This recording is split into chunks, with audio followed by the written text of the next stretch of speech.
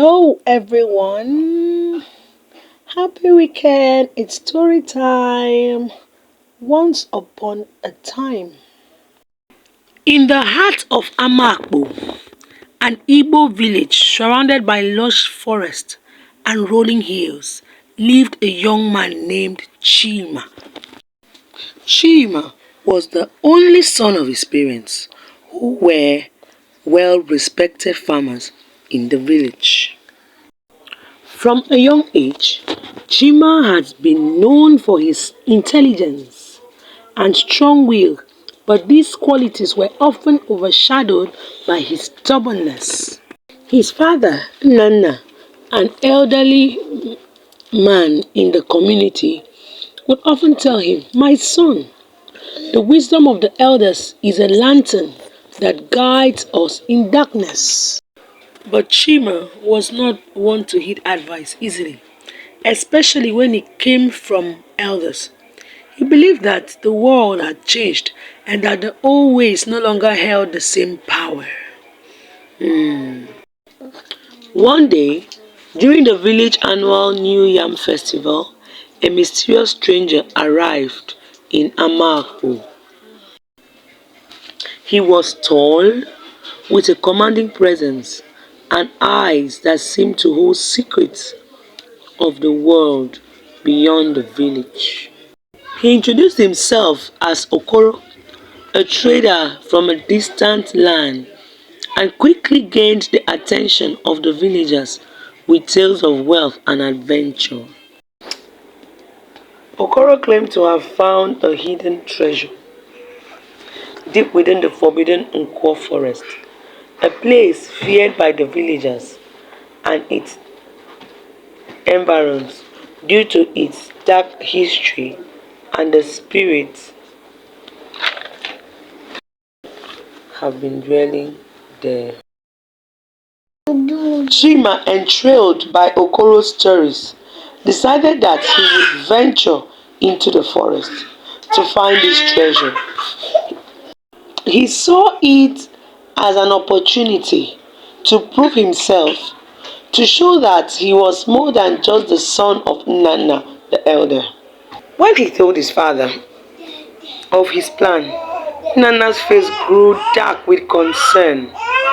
"My son, the Nkwo forest is not a place for the living," Nana warned. "Many have gone in search of its riches and never returned. The spirits of the ancestors reside there. They do not take kindly to those who seek to disturb them," Nana told his son.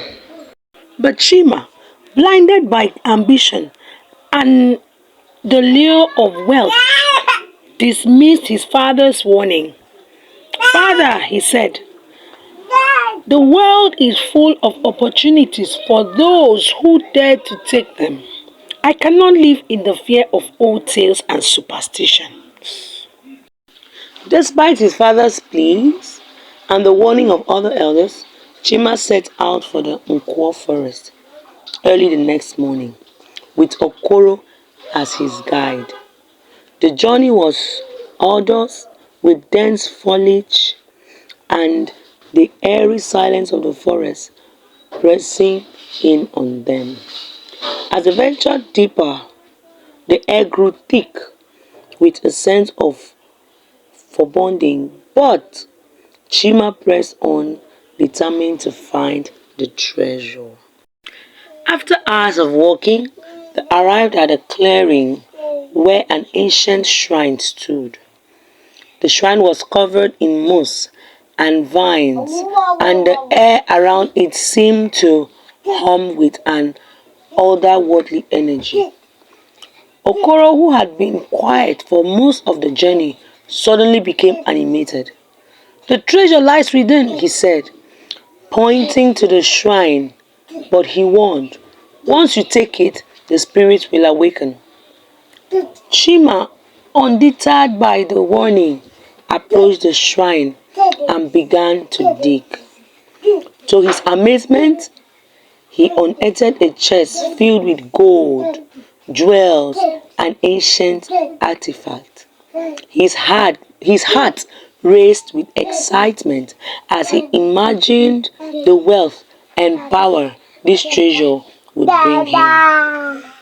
But as he reached for the chest, the ground beneath him began to shake, and a low rumble echoed through the forest. Suddenly, the air was filled with the wails of spirits, and the forest, once silent, became alive with a malevolent force.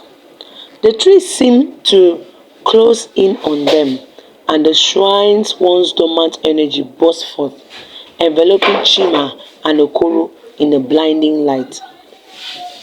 In that moment, Chima realized the grave mistake he had made. The treasure was cursed, guarded by the spirit of the ancestors who would not allow it to be taken.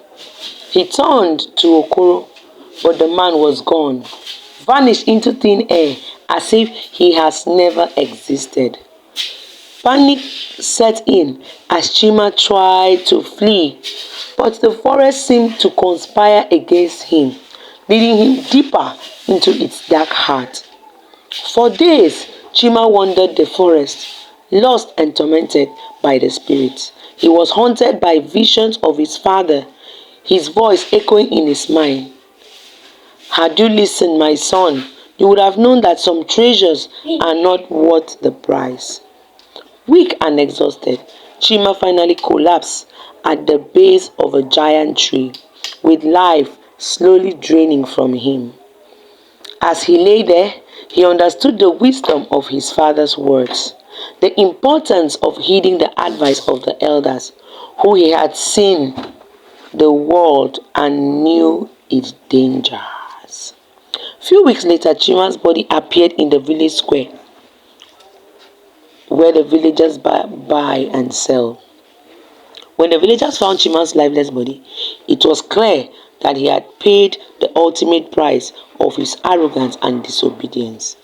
The treasure was nowhere to be found, as if it had never existed, and the villagers whispered that Okoro was not a man, but a spirit sent to test Chima's resolve. The story of Chima's folly spread throughout Amepo and beyond, serving as a cautioning tale for generations to come. The elders will often recount the tale, reminding the young ones of the importance of respecting the wisdom of those who came before them. In the end, Chima's story was not just about the loss of life, but about the loss of trust in the guardians that has been freely offered to him. It was a stark reminder that the journey of life, the lantern of wisdom, must always be held high, for the path is often darker than it seems. Thanks for listening. Until we meet next time, hope you learned from Chima's story, and I hope you will learn to listen to advice from wise elders. Thanks for watching, and bye.